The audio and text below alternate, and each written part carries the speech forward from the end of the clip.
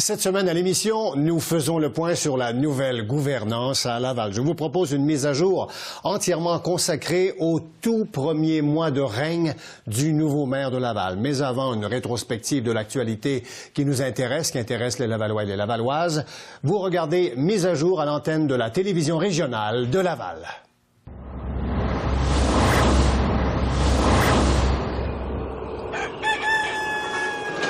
Cette émission mise à jour à l'antenne de la télévision régionale de Laval vous est présentée en partenariat avec l'Écho de Laval.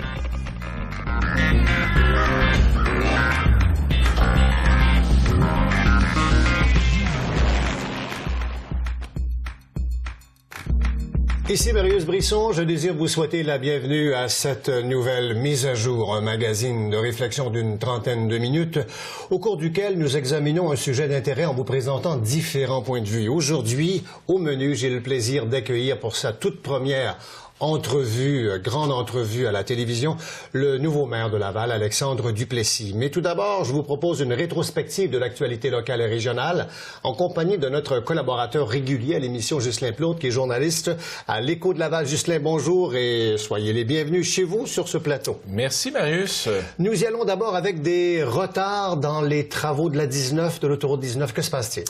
On avait annoncé, rappelez-vous, Marius, c'est en juin 2010, l'ancien gouvernement Charest avait annoncé le parachèvement de l'autoroute 19 pour 2015, avec un coût des travaux, un coût de chantier estimé à 310 millions. On apprend maintenant que la 19 ne sera pas complétée avant 2020 et il faudra ajouter un 100 millions supplémentaires à la facture. Ce qui explique tout ça, d'abord, on parle de retard dans la préparation de l'avant-plan et également dans les évaluations environnementales. Seulement pour ce volet environnemental qui sera chapeauté évidemment par le Bureau des audiences publiques en environnement, on parle d'une étape qui va prendre sensiblement 2 ans. Donc, ça explique entre autres le grand retard. Maintenant, au niveau de la facture, pourquoi ça grimpait de 100 millions, c'est que le projet initial annoncé par les libéraux de Jean Charest en 2010 ne comprenait pas un nouveau pont enjambant la rivière des Mille-Îles entre Laval et Bois-des-Filions. On prévoyait tout simplement agrandir la structure actuelle, le pont Athanas-David, mais on se rend compte qu'il faudra construire une nouvelle structure parallèle. Donc, il faut évidemment allonger quelques dollars supplémentaires. Pour le président de la coalition pour le parachèvement de l'autoroute 19, le maire de Bois-des-Filions, M. Paul Larocque, eh bien, évidemment, il est un peu abasourdi par cette nouvelle. Il a même mentionné au journal La Presse que dans l'ancien gouvernement Charest, c'était difficile d'avoir de l'information sur ce projet de la 19 et qu'à son avis, ça manquait même de transparence dans ce dossier-là. Bon. Alors, inutile de dire qu'on a tenté d'avoir des réactions du côté des libéraux. On est allé interroger le député de Chomédé, président du caucus des libéraux de Laval et surtout ancien adjoint parlementaire au ministère des Transports. Guy Ouellette. Et lui a réfuté les accusations de Paul Larocque. Il a même dit de M. Larocque qu'il semblait avoir une mémoire sélective puisque le maire de Bois-des-Filions faisait partie de toutes les rencontres régionales sur ce projet d'autoroute 19 à l'époque. Donc, j'ai l'impression qu'on n'a pas fini de s'échanger la balle dans ce dossier-là.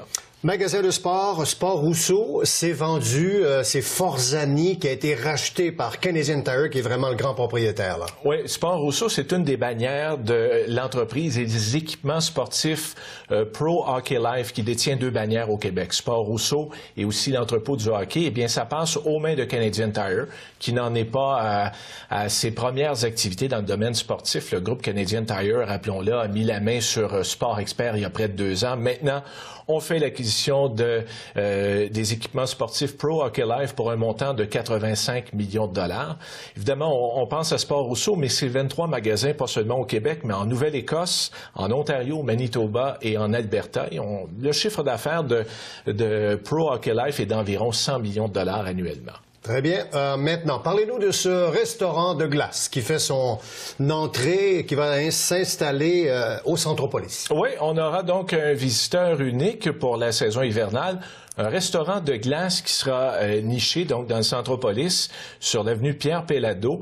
Si tout va bien, évidemment, si Mère Nature collabore, le restaurant de glace devrait ouvrir le 3 janvier prochain et on pourrait là, poursuivre une opération jusqu'au mois de mars. Un restaurant qui, côté cuisine, sera assuré par le prestigieux chef de l'auberge Mont-Gabriel de Montréal, Éric Gonzalez. Donc, on ne parle pas d'un restaurant de cuisine rapide, mais de restaurant gourmet quand même. On servira notamment des repas gastronomiques. Repas chauds. 3 services. Oui, repas chauds, c'est le cas de le dire. Ouais. Il y aura quelques couvertures également pour vous réchauffer. Donc, une activité unique qui aura lieu durant toute la saison hivernale, ici même à Laval, au Centropolis. Ouverture le 3 janvier à ne pas manquer. Et puis, il y avait déjà une patinoire. Là, on aura le restaurant de glace au Centropolis. Merci. Si on veut d'autres détails, Ghislain? Tout à fait. Ben, vous consultez l'Écho de Laval, distribué tous les mercredis, des infos fraîches tous les jours sur notre site Internet,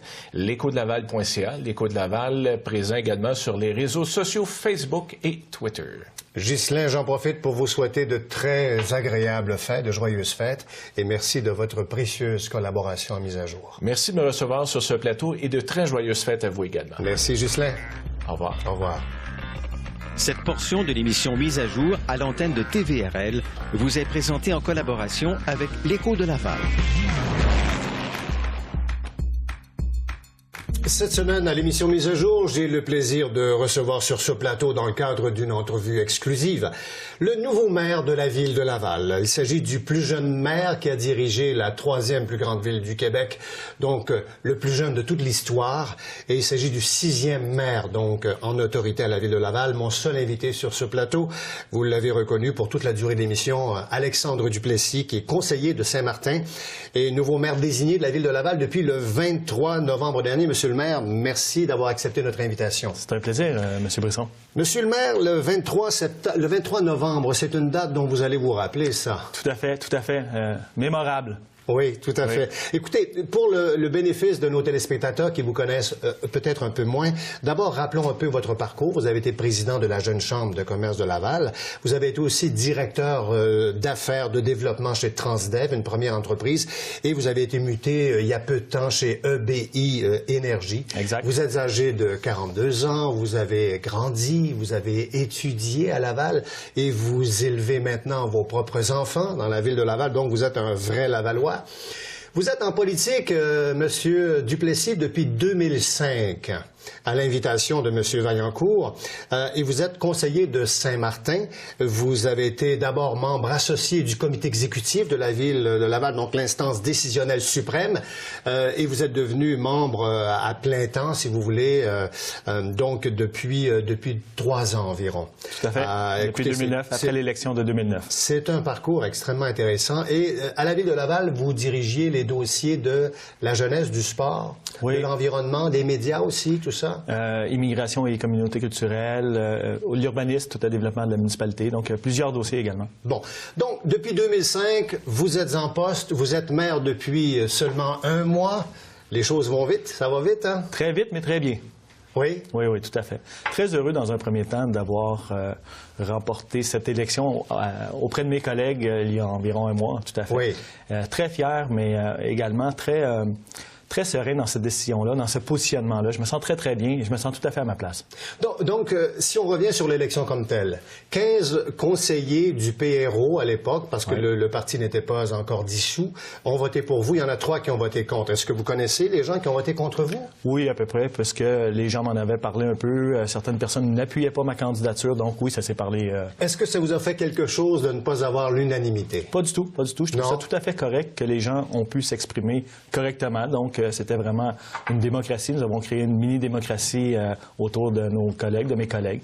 Et c'est tout à fait correct. Je pense que n'ayant plus de parti, les choses changent, l'administration change, ma façon de diriger aussi change et se crée aussi des gens qui ne sont pas nécessairement d'accord avec nos décisions, mes décisions. Et c'est tout à fait correct que les gens puissent s'exprimer. Est-ce que vous avez réussi, est-ce que c'était dans vos intentions, dans votre désir de le faire, M. Duplessis, de refaire l'unité de cet ancien parti, disons, des indépendants, des 20-21 indépendants, sauf... De refaire l'unité, Je suis pas tout à fait dans cette orientation. Bien sûr, ça va me prendre le consentement. Je veux avancer les dossiers en équipe. Moi, j'ai toujours travaillé en équipe. Je suis un gars d'équipe. Donc, on va vraiment échanger plus, beaucoup plus d'interrelations avec les dossiers, avec nos opinions, avec notre vision de la municipalité. Donc, ça va être vraiment un changement de direction, un changement d'orientation de direction. Bon, justement, il y a des gens qui disent qu'il n'y a rien qui a changé. Les mêmes membres du comité exécutif sont là, sauf Mme Clermont qui vient de se greffer au groupe, que c'est du pareil au même. Vous, M. Vaillancourt, d'ailleurs, on a dit que vous étiez le dauphin de Gilles Vaillancourt. Comment vous réagissez par rapport à cela? Bien, au niveau du dauphin, je crois qu'on a tous passé par la même école. C'est M. Vaillancourt, à l'époque, qui a recruté chacun de nos membres, chacun des gens du parti. À différentes époques aussi également. Je ne suis pas plus le dauphin, moi, qu'un autre. Je me suis jamais vu non plus comme ça. J'ai toujours eu à cœur la vie de mon quartier, mes citoyens de mon quartier. Maintenant, la population au complet de Laval. Donc, moi, je suis là pour les gens, pour les Lavallois. Je vois pas du tout pourquoi je ferais plus le dauphin qu'un autre membre du conseil. Ah bon, d'accord, parce que ça a circulé beaucoup. Je voulais que vous fassiez au moins la mise au point là-dessus. Lorsqu'on dit que les choses ont changé à l'Hôtel de Ville, M. Duplessis, vous êtes un jeune maire à 42 ans, vous avez des idées, vous avez une vision que vous voulez maintenant imposer. Dites à nos téléspectateurs en quoi les choses ont changé. Bien, on en a parlé un peu brièvement. Nous avons plus de parti, donc je siège maintenant avec 20 indépendants au sein du conseil. Les gens vont être beaucoup plus redevables, beaucoup plus libres d'exprimer leurs idées, leur opinion, leur vision, puisqu'effectivement, il n'y a plus de ligne de parti. Donc, les gens sont vraiment remis à eux-mêmes ou à leur perspective ou leur vision. Donc, ça, c'est vraiment une première façon de gérer. Il n'y a plus une unité globale qui avait le parti. Parce qu'auparavant, avec l'administration Vaillancourt, c'était une autre affaire. Le maire emmenait large, toutes les décisions arrivaient sur son bureau et c'était difficile de s'opposer ou de manifester une voix divergente. Ça va changer, ça? Mais il y en avait déjà des voix divergentes, mais on le traitait vraiment plus en caucus. Donc, il y avait quand même une unité après le caucus. Mais les gens participaient quand même à la prise de décision et c'était correct. Mais je vous dirais que maintenant, ça va être élargi. Beaucoup plus de responsabilités envers mes collègues. Et ça, c'est important. D'ailleurs, en présentant le budget, on va revenir tout à l'heure, vous avez innové, vous avez décidé de rencontrer les citoyens avant les gens d'affaires. Ça, c'est une chose qui milite en votre faveur, disons. Maintenant, revenons sur cette histoire de corruption, de collusion. Vous avez été directement dans le cercle du pouvoir du comité exécutif depuis 2005. La question qui tue, la question que je pourrais vous poser, que je vais faire, c'est, vous n'avez rien vu passer? Non, pas du tout. Vous ne soupçonniez rien? Pas du tout, pas du tout. Encore, jusqu'à aujourd'hui, ce ne sont que des allégations et je suis les nouvelles comme vous également sur les cas ou les allégations contre M. Vaillancourt. Mais effectivement, nous, à la municipalité, au niveau des dossiers, au niveau de la prise de décision, en aucun temps, on n'aurait rien pu voir. Si jamais ces allégations, bien sûr, sont véridiques, là, mais en aucun temps, pour nous, les dossiers étaient bien montés, la structure était tout à fait correctement, les décisions que nous prenons étaient les meilleures décisions avec les informations que nous détenions. Donc, en aucun temps... Mais Lino Zambito, qui dit à la commission Charbonneau que 2,5 % des contrats vont au maire Vaillancourt, ça... Jamais vu ça passer. Du tout, même pas la moindre. Et c'est pas comme ça dans votre règne, c'est clair et net, si je comprends bien. C'est certain. C'est certain. On présume, évidemment, on va laisser la justice faire son œuvre. On n'est pas là pour juger M. Vaillancourt, c'est pas du tout le but de l'exercice. Je crois beaucoup à la commission Charbonneau, au travail de l'UPAC, tous ces policiers-là qui enquêtent. Donc, eux feront vraiment la lumière si vraiment les allégations sont véridiques. Pour moi, je reprends une administration saine, je reprends une ville en santé financièrement. Oui, on va en parler tout à l'heure avec le budget.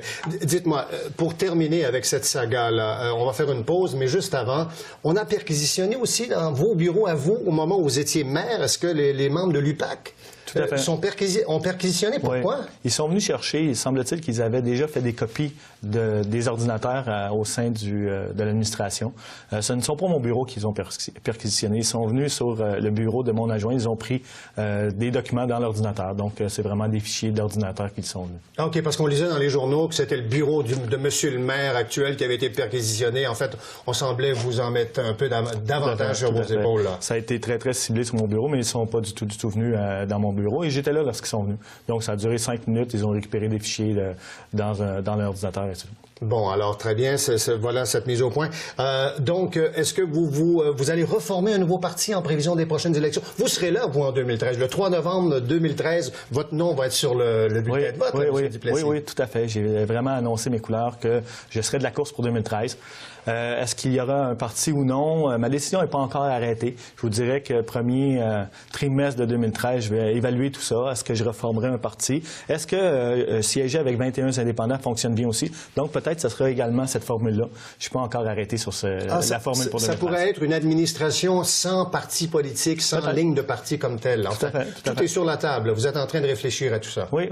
Et également, les règles de fonctionnement des gouvernements supérieurs, ils vont revoir aussi toute cette façon de faire de la politique au niveau municipal. Donc, on verra un peu les prochains mois auxquels les gouvernements s'y prennent position et moi, je m'ajusterai envers ça. Juste avant d'aller à la pause, M. Duplessis, dites-moi comment vous allez faire pour vous dissocier de l'ancienne administration.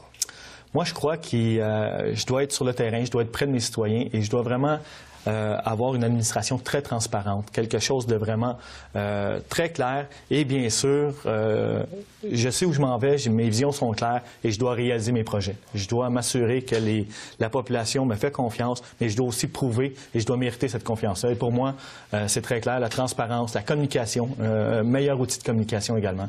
Et c'est vraiment là que je m'en vais. Merci beaucoup. Nous allons faire une pause, Monsieur Duplessis. Quelques instants, on revient tout de suite après avec vous. Et là, le nouveau maire de Laval va nous parler du budget 2013 qu'il vient de déposer, de même que toute la saga entourant la place Belle. À tout de suite pour la suite de Mise à jour. Nous poursuivons notre exploration de la nouvelle gouvernance à l'Hôtel de Ville de Laval. Nous parlons de l'après-Vaillancourt en compagnie du nouveau maire désigné de la 3e ville en importance du Québec, M. Alexandre Duplessis, qui nous fait le bonheur de sa visite. M. Duplessis, rebonjour et re-bienvenue à cette émission. Donc, 6e maire de la courte histoire de Laval, vous avez été appelé à déposer votre premier budget, votre première signature. Ça s'est fait le 10 décembre dernier. Et bon, avant de parler des chiffres, déjà là, vous avez voulu laisser votre empreinte. Tout à fait. Vous avez voulu faire les choses différemment. Comment? Exact. Bien, un peu par le passé, nous avons quand même rencontré certaines personnes avant d'annoncer le budget. Oui. Bien sûr, ce budget-là s'est fait beaucoup en équipe. Hein. Tout d'abord, avant de compléter le budget, donc il y a eu plusieurs sessions avec mes collègues d'orientation, de différents calculs pour arriver vraiment à un produit fini, qui est mon premier budget. Et j'en suis très fier de mon premier budget. Oui. Donc, effectivement, nous avons rencontré plusieurs personnes. Les citoyens, les médias, avant les gens d'affaires. Tout à fait. La tradition est brisée, là. Tout à fait. M. Vaillancourt présentait son budget en exclusivité devant la Chambre de commerce. Exact. Et vous, à 10 heures, vous avez décidé de rencontrer les citoyens. Exact. Pourquoi? Exact. Bien, le budget, c'est pour eux. Hein? C'est pour mes citoyens. Ce sont leurs outils financiers, leur façon de voir notre administration, de comprendre notre administration et bien sûr de la juger. Oui. Donc, c'est important pour moi de m'adresser à eux d'abord. Au premier chef, vous avez dit « je parle aux citoyens ». C'est une bonne idée en passant, enfin. Le budget, 750 millions autour de ça. Oui. C'est des bonnes nouvelles. C'est le temps de Noël en plus. Là, il y a des cadeaux, c'est des taxes. Il n'y a pas d'hausse de taxes du tout là-dedans. Tout à fait, tout à fait. On a prévu dans notre administration pour 2013 un gel du compte de taxes moyen pour l'unifamilial, l'unirésidentiel donc. Je pense que c'est une excellente nouvelle. C'est un répit pour les citoyens, mais ça ne veut pas dire qu'on n'avance pas nos projets et on ne réalise pas nos projets et on ne continue pas de développer la ville. Donc, c'est bien clair pour moi que ce gel de taxes-là n'est pas pour arrêter le fonctionnement ou du moins ralentir le fonctionnement. Au contraire, on va de l'avant, on réalise nos projets et on donne plus de services à nos citoyens. Bon, puis vous faites aussi un clin d'œil aux personnes âgées 65 ans et plus. Vous maintenez l'avantage du remboursement de la taxe d'eau, c'est ça?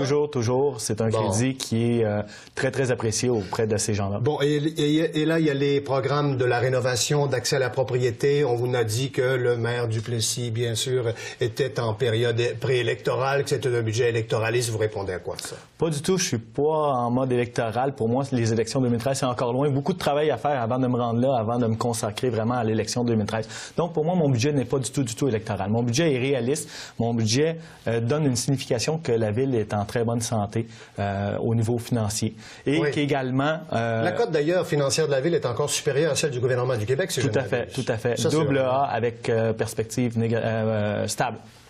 Perspective stable. Oui, tout à fait. Donc, meilleure cote que le gouvernement et que de nombreuses municipalités. C'est peut-être la meilleure cote des villes du Québec. C'est la meilleure. C'est la meilleure de toutes les villes du Québec. Oui, déjà, on se démarque à ce niveau-là. Bon. Parlons d'un autre sujet maintenant. Parlons de la Place Belle. Oui. Il y a eu tellement de chiffres, d'articles qui ont circulé dans les journaux, on ne sait plus trop. On a l'impression qu'il y a eu une confusion. On a l'impression que l'Hôtel de Ville a cherché à nous cacher quelque chose. Ouais. Voulez-vous nous dire la vraie vérité, comme dirait ma grand-mère de Rimouski? Oui. Bien, écoutez, la vraie vérité, là, c'est qu'on s'en vient avec un super beau projet pour les Lavallois. Oui, ça, un je suis vrai d'accord. projet. Et là, c'est passé de 42 quelque chose à 74 millions, là, monsieur. Expliquez-nous cet écart-là. Où y était le 30 millions, là? Deux étapes importantes dans ce cheminement-là de projet. Premièrement, le projet a évolué. On est parti d'un amphithéâtre de 7 500 places à 10 000 places. Oui. Et ça, sur la glace principale, parce que bien sûr, dans ce projet-là, il y a deux autres glaces également. Sur la deuxième glace, la glace olympique, on est parti de 500 sièges et on l'a monté également à 2500 sièges. Donc, le projet a quand même évolué à ce niveau-là. Oui, mais on a toujours parlé de 120 millions quand même au total. Là. Nous sommes toujours à 120 millions également. D'accord. C'est juste que ce projet-là... Mais à l'époque, rappelez-vous, c'était pas 120 millions, c'était 96 millions lorsqu'on avait le projet initial. Et là, on l'a monté avec ce projet-là à 120 millions. Okay. Donc, cette partie-là a été payée déjà parce que j'ai déjà fait le chèque au nom des Lavallois. Donc, ce bout-là, entre le 96 et le 120 millions, c'est une proportion qui a été augmentée au niveau des Lavallois. Le chèque que vous avez fait, c'est un chèque de 73,9 millions. Exact. Vous deviez faire un chèque de 42. Exact. Donc, le premier différentiel est entre le 96 millions et le 120 millions de l'évolution du projet. D'accord. La deuxième étape auquel les Lavallois ont contribué au niveau additionnel, c'est le gouvernement, rappelez-vous, fédéral avait déjà promis un 15,8 millions. Si les Bulldogs de Hamilton ne s'installaient pas sur la glace, quand ils ont appris la possibilité, ils ont dit on se retire. Si jamais ce sont les Bulldogs. Je comprends. Une équipe professionnelle. Tout à fait. Alors là, ils ont retiré leur bille, la Ville a été obligée de compenser. Tout à fait. Ils ont retiré leur bille. Ce qui est important à préciser là-dedans, c'est que ces argents-là sont toujours promis pour les Lavallois, mais pas dans un type de projet comme l'amphithéâtre. Donc, on aura quand même des subventions qui viendront du fédéral pour d'autres projets que nous réaliserons sur le territoire. Donc, cette partie-là, encore là, c'est la Ville de Laval qui a assumé ce 16 millions-là additionnel, qui nous donne un total de 73, quelque chose millions. Et la portion du gouvernement provincial a toujours été la même à hauteur de 46,4 millions, quelque chose comme ça. Okay. Donc, pour nous, le budget a toujours été de fonds publics. Mais Evenco a rajouté 12 millions. Oui. Le projet passe de 120 à 132 à ce moment-là. Oui. Mais ce qu'il faut s'assurer là-dedans et bien comprendre, et c'est pour ça qu'il y a eu plusieurs chiffres de lancée, mais ce qui est important à comprendre là-dedans, c'est que l'amphithéâtre en construction va coûter 120 millions de dollars, pas un sou de plus. Et cette partie-là sera payée par les Lavallois et par le gouvernement provincial. OK. La seule différence, c'est que l'argent payé par les Lavallois a augmenté d'à peu près 30 millions. Là. Ça, tout à fait. Mais le projet reste toujours à 120 millions, c'est ce que vous nous dites. Tout à fait. Il n'est pas à 120, il est à 132, puisqu'Evenco rajoute 12 millions pour le tableau d'affichage puis les loges. Tout à fait. Et également, nous aurons des revenus supplémentaires avec les noms, les droits de nom qu'on appelle là, sur l'amphithéâtre, qui sera un partenaire qui est Bell.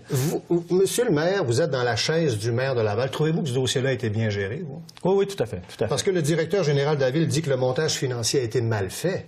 Non, pas du tout. Le montage financier a évolué. Comme je vous dis, le projet a évolué. Le montage financier a évolué pour plusieurs raisons. Rappelez-vous un peu si on compare à l'amphithéâtre de Québec, auquel ils ont eu droit à un congé de taxes. Nous, on a toujours pensé que le gouvernement nous donnerait également cette exemption-là, ce qui ne nous a pas été capable de faire du moins jusqu'en date d'aujourd'hui. Donc, bien sûr, le calcul financier a évolué là-dedans. On pensait qu'on serait peut-être compensé dans les taxes. Donc, il y a eu plusieurs façons de le calculer, mais ça n'a pas été mal fait du tout. Ça a été évolutif. Donc, il faut quand même ajouter à tout ça un 4,9 millions pour le terrain, le nouveau terrain, parce que le nouvel emplacement va être du côté est de l'autoroute 15. Oui. Donc, on ajoute encore 4-5 millions donc, de la part de Laval. Ça veut dire qu'on se retrouve à peu près à 80 millions. Bien, merci des explications, M. Duplessis. J'espère que c'est un peu plus clair, parce qu'effectivement, il y a plusieurs chiffres là-dedans, plusieurs calculs à faire, mais ce qui est important, comme je vous dis, M. Brisson, c'est de retenir le 120 millions de coûts de construction auxquels nous ne dépenserons pas ça. Parfait. Donc, nous allons faire une pause là-dessus. Le temps de digérer tous ces chiffres-là, et nous revenons tout de suite après, Madame, Monsieur, avec les grands projets du nouveau maire de la Ville de Laval, et pourquoi pas ses vœux de joyeuses fêtes. À tout de suite.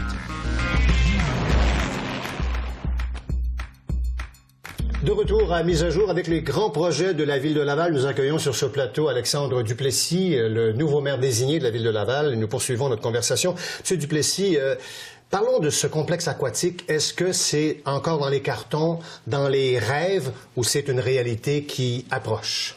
vous dirais que c'est dans les rêves de plusieurs personnes, dont les organismes aquatiques, bien sûr, mais nous allons réaliser leurs rêves, M. Pesson. Ah bon? Je veux, en 2013, vraiment lancer ce projet-là. Nous avons élaboré les besoins. Hein. On sait vraiment où on s'en va avec notre infrastructure et je veux vraiment lancer en réalisation pour 2013 ce projet-là. Bon, on parle d'un projet de combien, là? Ça va coûter quelque part entre 25 et 30 millions de dollars environ. OK. Et encore une fois, sur la bonne gestion de l'administration, nous avons mis des sous de côté pour ce projet-là. Nous pouvons entièrement le réaliser. Bon, c'est là où la ville a une marge de manœuvre plus grande que d'autres villes. Tout à fait. Je ne veux pas faire ma liste d'épiceries, là, mais le centre des foires, ça s'en vient dessus? C'est un projet. C'est un excellent projet, mais je vous dirais qu'à cette étape-là, nous ne sommes pas rendus en réalisation encore là. Et plusieurs autres aspects vont devoir venir confirmer ce projet-là. Mais oui, nous, on y croit encore et nous allons continuer à pousser là-dessus. OK. La caserne de pompiers de l'Hôtel de Ville disparaît, on en construit une nouvelle. Tout à fait, tout à fait.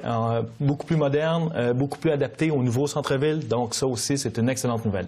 Le logement social, les gens se plaignent beaucoup que la ville ne fait pas d'efforts. Où on en est? 160 nouveaux logements, je crois? Tout à fait, en réalisation et aussi 450 autres en études. Donc, on avance toujours dans ces projets-là également. Bon, la grande ceinture verte qui part de Oka jusqu'à Saint-Hilaire. Oui. Bon, alors, on est là-dedans, nous, là, Laval, on est en plein milieu. Exact, et on va être en réalisation également en 2013. Très beau projet sur l'île de Montréal et très beau projet en entier, mais bien sûr, il y a un corridor assez important sur l'île de Montréal. 3,2 millions qu'on va investir cette année. Puis on parle d'à peu près 5 millions pour les autobus. Ça, c'est intéressant, le transport en commun, le transport collectif. Oui. C'est du renouvellement d'équipements, donc des nouveaux autobus pour être sur notre territoire. Mais ce qui est important à dire, c'est nous avons fait partie d'un projet pilote. Et l'autobus électrique est enfin arrivé à Laval dans nos garages. L'autobus électrique? Oui, c'est un projet pilote auquel on travaille depuis un peu plus d'1 an. Elle était en réalisation, en conception. Elle est donc arrivée, j'ai eu confirmation la semaine dernière qu'elle était arrivée sur le territoire lavallois, donc sous peu dans les rues de Laval. Ah bon, entièrement électrique? 100% électrique. Pas de bruit, pas de pollution, pas de traces écologiques, absolument rien. On est à l'avant-garde, là. Oui, tout à fait. C'est un projet pilote quand même. Il faut s'assurer que cet autobus-là est adapté à notre climat, à nos habitudes de transport, mais bien sûr, on va de l'avant dans ce projet-là. Monsieur le maire, qu'est-ce que je devrais vous souhaiter en 2013? Je vous dirais de réaliser tous mes projets, mais j'y compte bien le faire. Parce que c'est une grosse année pour vous, là. Oui, c'est une très grosse année, mais je le vois une avec... année électorale. Oui, beaucoup de positifs et cette passion-là qui m'anime. Alors, je le vois très, très bénéfique. Monsieur Alexandre Duplessis, 6e maire de la ville de Laval, je vous souhaite de très agréables fêtes. Merci beaucoup d'être venu sur le plateau de Mise à jour et d'avoir expliqué clairement, aussi spontanément et franchement votre position. Merci infiniment. Madame, monsieur, on revient avec le mot de la fin dans un instant. Alors voilà pour cette plus récente édition de Mise à jour, présentée en première diffusion le mercredi 19h à l'antenne de TVRL, la télévision régionale de Laval, canal 9, Ma TV. Pour les rediffusions, je vous invite à nous appeler, consulter les journaux locaux ou naviguer sur notre site web. Et puisque vous y êtes sur le site web, vous pouvez regarder l'émission depuis votre ordinateur, c'est très simple. Section Web Télé, vous cliquez sur MAJ pour Mise à jour. Ici, Marius Brisson, Madame, Monsieur, au nom de toute l'équipe de la télévision régionale de Laval, je vous souhaite de très agréables fêtes et on se retrouve avec grand plaisir en janvier.